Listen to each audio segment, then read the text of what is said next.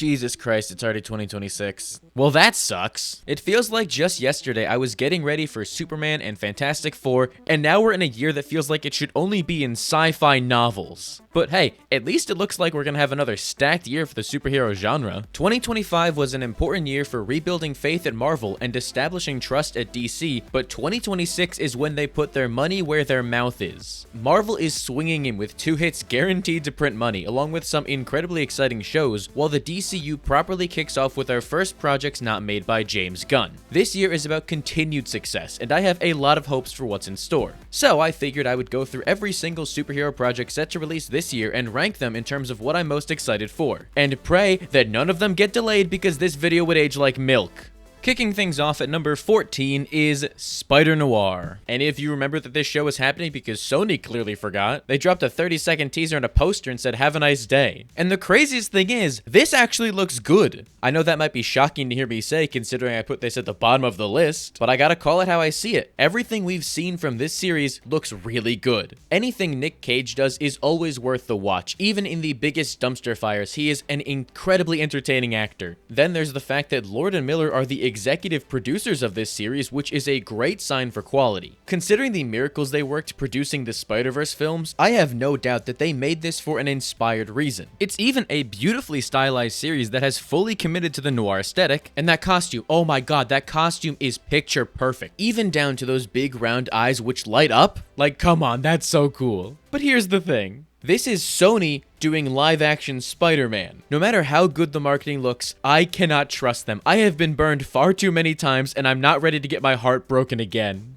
Despite the objectively stacked team making this series, I have seen way too many talented filmmakers chewed up and spit out by the Sony system. Out of an abundance of caution, I have to put this at the very bottom, because if you expect disappointment, you will never truly be disappointed. I hope it's great and that it lives up to all the hype, but until I am proven otherwise, they have lost my trust. Then, at number 13, we've got a really controversial one, The Boys Season 5. I really want this to be higher, but I have a love-hate relationship with The Boys universe nowadays. I love the concept of exploring how superheroes would operate in the real world, and this universe is filled with some great characters. The political satire always hits, even if somehow reality is often dumber nowadays than it is in the show, which is saying a lot. And I do think that on average, every season of the show has been good, but lately I've just been burned out of The Boys. At the time, the season 4 finale had me so incredibly hyped for the future, but in the months and soon years since, the things that stuck with me the most were the things I didn't like about season 4. Cause I think that we have officially jumped the shark and they are just overdoing the shock value of the series. But thankfully, in between seasons, we had another season of Gen V to watch, and that fully brought me back in. Then they dropped the season 5 trailer of The Boys, and honestly, I just don't think the trailer did a good job delivering on what has already been set up to this point. They basically just ignored the ending of season 4. What had me so hyped for this final season originally was the new status quo that season 4 set up. Homelander is seemingly going to be in the White House, the boys have been separated and taken into custody, and Butcher has finally gone off the deep end, taking Compound V and embracing his status as a hypocrite to follow through on his extremist viewpoints. So when I watch the season 5 trailer and see the boys back together and working with Butcher again, I'm a little disappointed. Hopefully it's just a marketing thing and the actual season itself delivers on that cliffhanger better. I'm sure it will, considering the trailer's only 2 minutes, but I don't love the idea of the boys getting the band back together with Butcher so quickly. I'm sure I'm gonna go through the same wave of emotions I always do with this series, as I'm not excited in the build up and then it drops and I'm excited again. But in spite of everything I've said thus far, I still do have faith in this season. As long as we see Homelander actually die, I'll be happy, honestly. Bonus points if it happens halfway through the season and then Butcher becomes the villain for the rest of it. That has been my prediction since day one and would make me the happiest guy in the world. Up next at number 12, we have Lanterns. Man, I'm really not going to be winning people over with this one. Growing up, Green Lantern was my favorite DC character, and still to this day, I love everything about the Green Lantern mythos, and have been dying for a good Green Lantern adaptation that finally does it justice. So Lanterns makes me feel very conflicted. I have held my tongue for a long time when talking about this series because we just haven't seen enough to make a true and proper judgment, but that first footage kind of confirmed all my concerns I've had.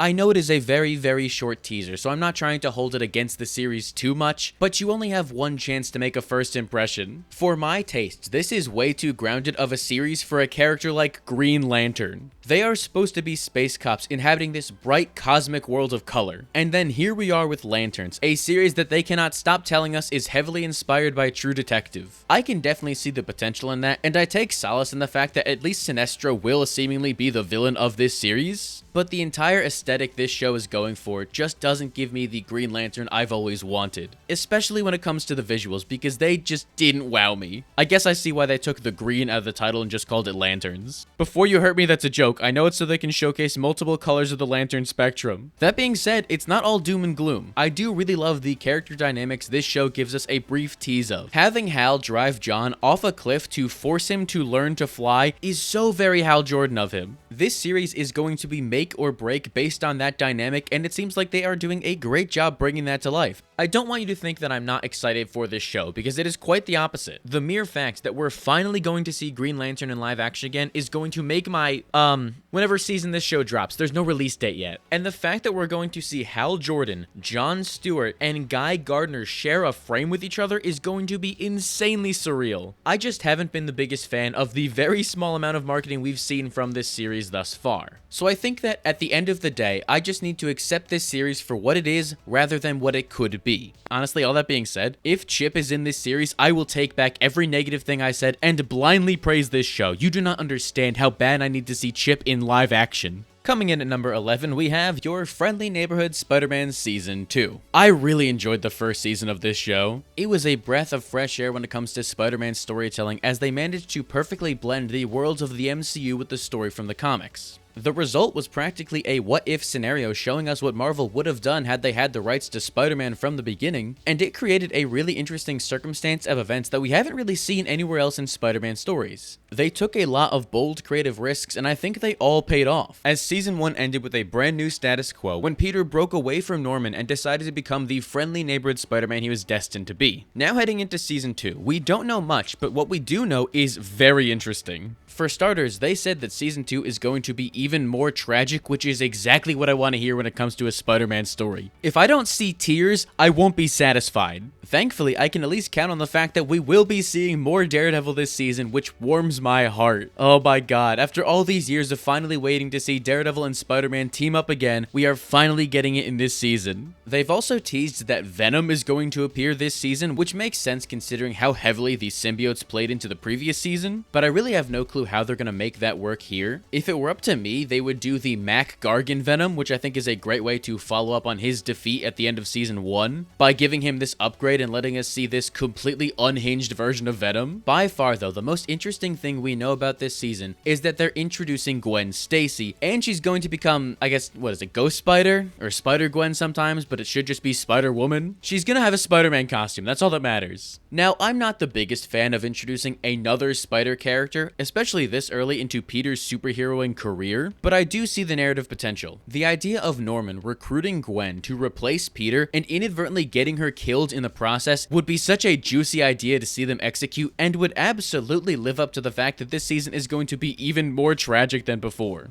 It would be a very new and bold story, but this show is nothing if not risky. Up next at number 10, we have the currently untitled Punisher special presentation, which I'm gonna call now will probably end up being called Punisher Welcome Back Frank. Marvel loves their meta subtitles. 2026 is going to be such a huge year for the Punisher, and it's going to be capped off with this special presentation as he finally gets his own solo project again after what, like 7 years? What's so exciting about the Punisher getting his own solo project again is that this can be a bloodbath, and I need nothing more than to see Frank on a violent crusade without any restrictions. Despite having known about this project for almost a year now, and the entire thing having been shot in broad daylight, we literally know nothing about this special outside of the fact that Frank is getting some new drip, he's throwing people off buildings, and Manucci will be the villain. First of all, this new costume is gorgeous and easily the best look he's ever had. I'm so glad to see the Punisher actually looking like a real anti-hero and embracing his own logo. Just throw a trench coat on that thing and it is easily the best Punisher look of all time. Oh, and how can I forget? Jason Moore is returning as Curtis in this special presentation. Not only is it really rewarding to see Marvel continue to embrace the Netflix universe like this as they bring back more and more characters, but Curtis is maybe the only good person consistently in Frank's life trying to get him the help that he needs, so I'm really excited to see more of that dynamic on screen. I really hope we get an official first look and a release date at this soon, because I am dying to know more about it. Mostly though, I'm just glad that Marvel is finally making more special presentations. I think they are the perfect format for telling low stakes and low budget stories, and that fits the Punisher to a T. In an ideal world, we would get a new Punisher special presentation every single year for the rest of time. Then after that, at number 9, we have Clayface, the other DC movie releasing this year. What's so interesting to me about Clayface is that this movie was not on the original slate for Chapter 1 of the DCU. It wasn't even an idea James Gunn was considering, which makes sense because why would you do a Clayface movie before you even introduce Batman? But Mike Flanagan's pitch for the film was so good that James Gunn dropped everything and added it onto the slate. And now here we are where it's going to be the third film in the DCU. That would be like if Phase 1 of the MCU went Iron Man, Captain Marvel, and then a Sandman movie. Despite how unhinged that might sound, I'm not complaining because that's one of my favorite things about the DCU structure. As long as there is a good pitch and story behind the film, it's going to get the green light. And I think that Clayface practically forcing its way in here is a great sign of its quality. It also helps that Clayface is my favorite Batman villain, behind Condiment King of course. But seriously, from my first exposure to him, I have loved everything about the Clayface mythos. Whether it be the masterful Feet of Clay episode in Batman the Animated Series, or the really fun Mudpack comic making sense of the convoluted Clayface mythos at the time, or his appearance in Lego Batman, which is absolutely on the same level as those two, I've had such a soft spot for this Mudman, so I welcome him getting his own solo movie. That might be hypocritical of me to say because I've been harsh on villain movies in the past, but Clayface can actually work because he has a very interesting origin story. Okay, well there have been 4 main Clayfaces in the past, all the way from a Hollywood serial killer to several different mud people, but it seems like this film is going to be taking inspiration from the Feet of Clay episode that highlighted Matt Hagen. That episode acts as a tragic character study of an actor so determined to save his ego that he sacrifices his humanity just to do it. Any of you watch that movie, The Substance? Phenomenal film, couldn't recommend it enough. I will never watch it again in my entire life because it's also the most disgusting movie I've ever seen, and that is a perfect blueprint for what a Clayface movie could be. The film can slowly morph from this crime drama into a body horror, and it all takes place in the messed up world of Gotham City. If that doesn't interest you, I don't know what will.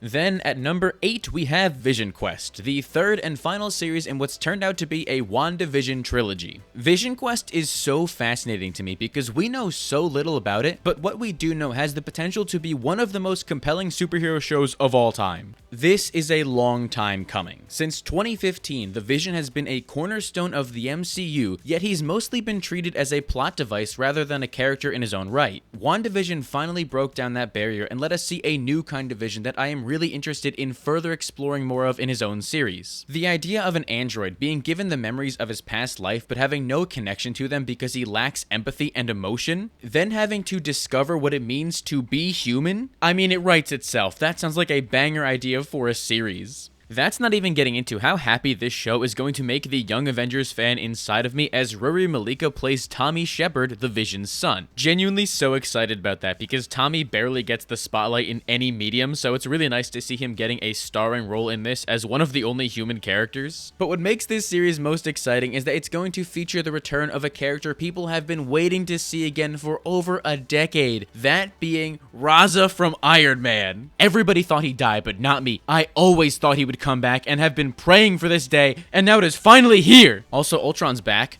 That's really cool. All bits aside, I cannot tell you how excited I am to finally see James Spader back as Ultron. Say what you will about Age of Ultron, and there is a lot to be said, but you cannot deny how perfectly cast he was in that role. It's going to be so peak seeing him and the Vision have more of these intellectual debates with each other as he's basically torturing the Vision in his own mind along with pretty much every other Marvel AI. You got Dummy, you got you got Friday, you got Edith, you even have the original Jarvis from Agent Carter and Avengers Endgame? That honestly might be the thing I'm most excited about in this series. And it means they might canonize Agents of S.H.I.E.L.D., so I will take that win. Nowadays, we could all really use a story that is critical of AI with the plague it has been on the internet. So I think Marvel has a really unique opportunity to strike when the iron is hot and tell a timely story about the dangers of AI and the beauty of humanity in this mind-bending story of self-discovery. I can honestly see it being the sleeper hit of the entire year.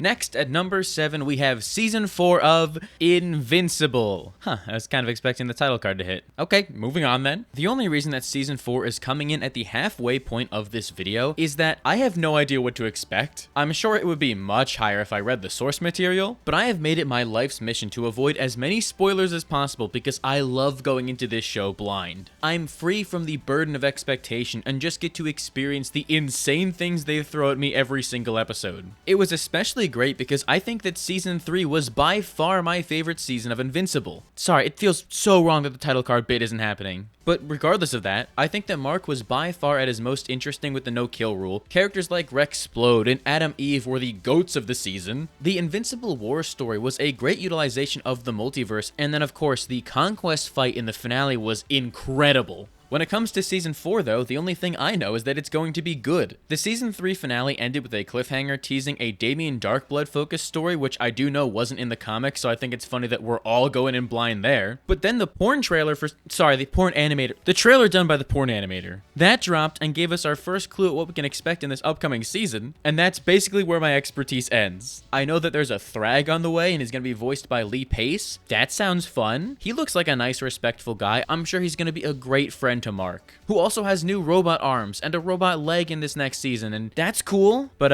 yeah, you can't exactly expect to get an interesting breakdown from me here. When it comes to this show, I am excited because I know it will be very good, but I have no idea exactly what's going to happen. I just think it's nice that we're consistently getting yearly seasons of the show. I just hope that the animators are getting time to see their families and aren't being locked away in the dungeon, because I have spent the last few years becoming a huge fan of...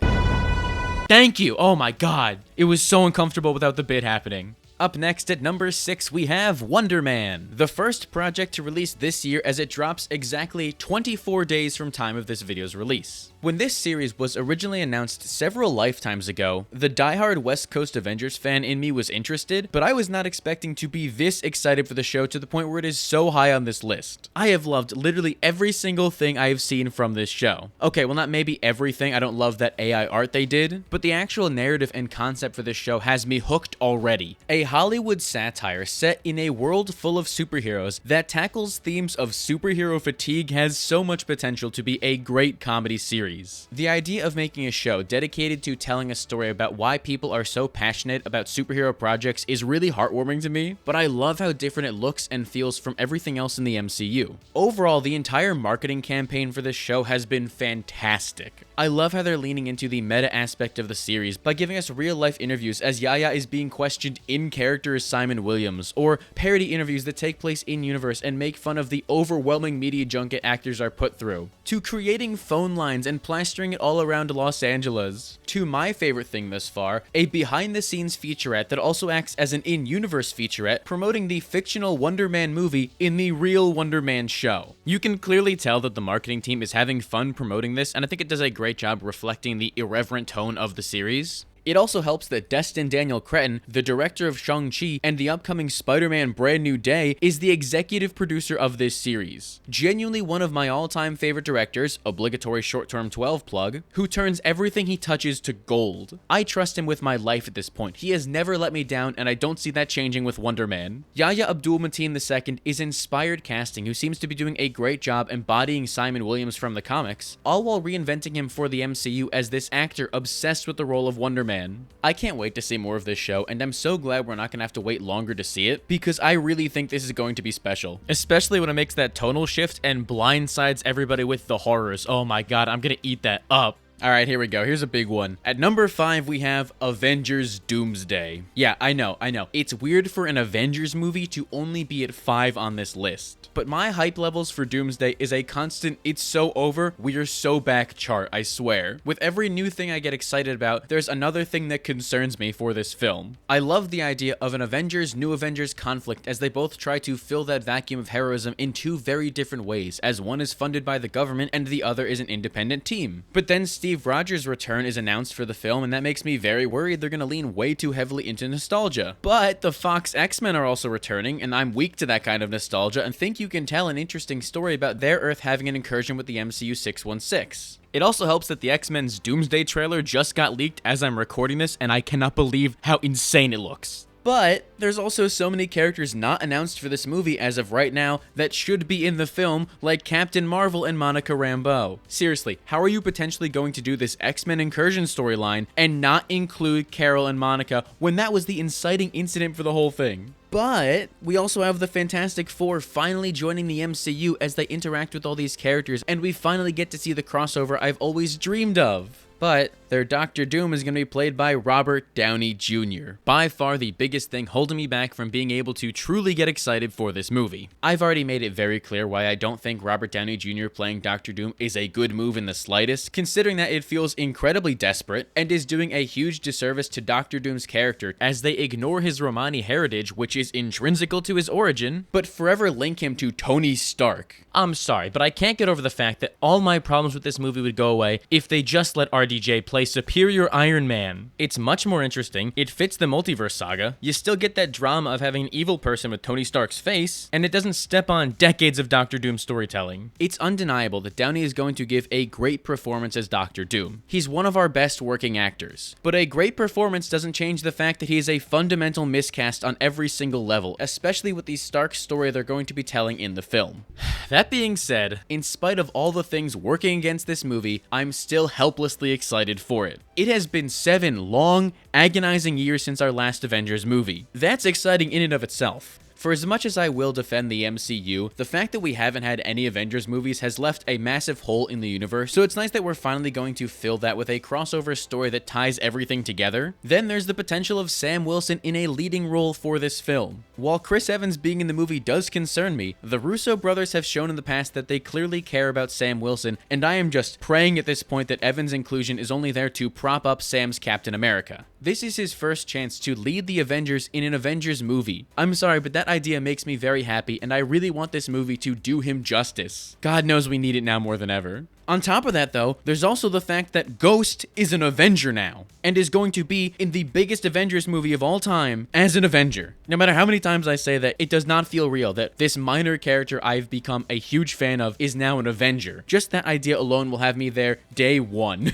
At the end of the day, when it comes to Avengers Doomsday, I'm there for the characters. The villain might be a flawed adaptation from the start, and you can clearly tell they're leaning into nostalgia, but it's the interactions between characters that made the MCU so special in the first place. Now finally reaching that point again, where we can have more characters than ever interacting with each other, including the Fantastic Four, the X-Men, and the Avengers all in the same place at the same time? I'm sorry, but I'm only human. I'm not immune to nostalgia, hype moments, and aura. I've been feeling more and more indifferent about it, which is not a way I want to feel about an Avengers movie, but that Thor teaser and the leaked X-Men teaser did a great job of getting me hyped for this again. I'm telling you, we're so back, it's so over. Back and forth, back and forth. It's gonna be such a long year waiting for this movie in December to see what they've been cooking up this entire time. Please don't make me regret giving you the benefit of the doubt here, Marvel. Then at number 4, we have X-Men 97 Season 2.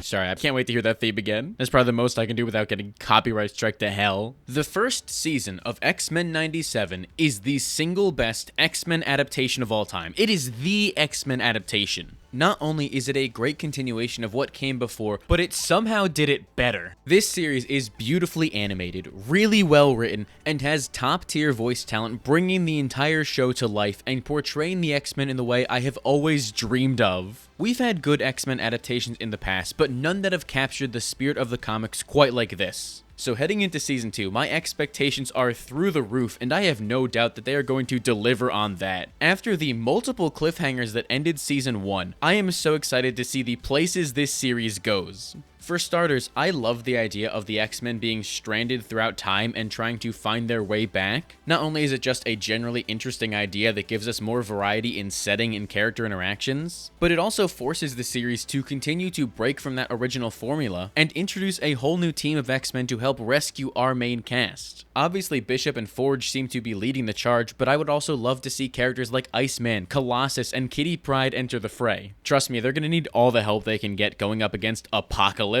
The only thing getting me more hyped than that is the return of Gambit and my happiness. That is, after we have to probably see him fight Rogue in the most heartbreaking scene of all time, but as long as it results in the best X-Men couple coming back together, I will be happy. And they're gonna look good doing it because Season 2 is introducing the new X-Men costumes from Grant Morrison's run, and I do like those designs a lot, so that'll be fun. I'm curious to see if they adapt any more of the new X-Men or if that's just a stylistic choice. Regardless of what they do, this show has earned my full trust. That first season blew me away and delivered on one of the best superhero projects of all time. It was nostalgia done right as they honored the past, updated for the present, and reinvented for the future. Next, at number 3, we have Supergirl, the biggest movie from DC Studios this year. Announced nearly 3 years ago as part of the original DCU Chapter 1 slate, Supergirl is set to expand the universe in a very big way after Superman kickstarted everything. And I could not tell you enough how excited I am for this movie. At the time of this video's release, it has been 23 days since that first trailer dropped, and I've probably rewatched it double that amount of times since then. I really love that first look at the film. It ripped so hard. I still have Blondie's Call Me stuck in my head. That's probably going to be number 1 on my Spotify Wrapped next year. While they still have to win me over a little bit with the visuals, the rest of that trailer felt like a shot of adrenaline and gave me exactly what I wanted to see out of this movie. Most notably with Millie Alcock's Kara Zor-El, because I am already obsessed with her. I think that she is going to be one of the coolest live-action characters of all time, and Millie is doing such a great job embodying that girl failure aspect of Supergirl. As messed up as this may sound to hear, I love watching her struggle with this survivor's guilt as she's been hardened with all this emotional baggage of watching everyone around her die slowly, all while helping Ruthie track down Krem of the Yellow Hills. I'm seriously so excited to see that dynamic on screen as they both help each other out an incredible amount. Kara acting as this big sister to Ruthie and showing her the ways of the world, while Ruthie helps Kara find her sense of hope again, especially if they go out of their way to expand on Kryptonian history in this movie, which I'm pretty sure they're going to do given the trailer. This film could fix the one problem I had with the Superman movie, all while using that to make Kara even more of an interesting character. And if that's not cool enough, we got the main man Lobo in this movie, and that's more than enough to get me there day one. Jason Momoa was put on this planet to play Lobo, and I have full faith that given this one still here, he's already perfected the character. If you can't tell already, I'm just super excited for this next chapter of the DCU. For as much as I do love James Gunn's movies, variety is the spice of life, so I'm looking forward to seeing what new directors and storytellers and writers can do in the DCU that aren't him. And in the 23 days since that trailer released, I caved in and started reading the Woman of Tomorrow comic. Originally, I didn't want to because I didn't want to raise my expectations a lot for the film, but it seems like it's going to be changing enough that I felt comfortable reading that story, and I am so glad I did because I really enjoy this take on Kara, and the art is breathtaking. Then again, now that I've read this comic and have full context for what happens in this story, maybe I'm not too excited anymore. I don't want to see that crypto moment. Oh god, I'm gonna kill myself in the theater. I'm not ready for that, so just go to the next one before I start crying prematurely. Coming in at number 2 is, fittingly, Season 2 of Daredevil Born Again. I mean, come on, number 2 for Season 2, it just feels right, but especially when it comes to those double Ds, baby! God, I nearly put it at this spot just because of the sheer fact that we're finally seeing them, but it also helps that I am so genuinely excited for this second season. I am a Daredevil fan first, human being second. From the very moment I finished that first season of Daredevil on Netflix, he had become one of my all-time favorite characters, inspiring me to read more and more of his comics and just falling in love with his world as a whole. The Netflix show is my favorite show of all time, so going into Season 1 of Born Again, my hype levels were through the roof. And that season was very much so two shows stitched together, but in spite of that, it worked way better than it ever should have. The new creative team did a really impressive job blending those two visions together, but more importantly than any of that, it acted as a great proof of concept for what they're capable of. You look at those reshot episodes and it is a vast improvement across the board, so to think of what they're capable of without having to work within those restraints is the most exciting thing ever to me. In such a short amount of time, they proved that they understand the character of Daredevil and his entire supporting cast, and we're going to do everything in their power to make it as good as possible in this follow-up season. Except for maybe Cherry, but who cares, he's probably gonna die anyways. And he should. I want him dead. For legal reasons, this whole next part is a joke, but after seeing the leaked trailer for Season 2, I am even more confident that they know what they're doing, so in Scartapane, Benson, and Moorhead we trust. I seem to have a pretty good idea of what they're doing this next season, as Daredevil becomes a revolutionary icon fighting back against Fisk's fascist New York City takeover. If that's not the coolest thing ever, I don't know what is.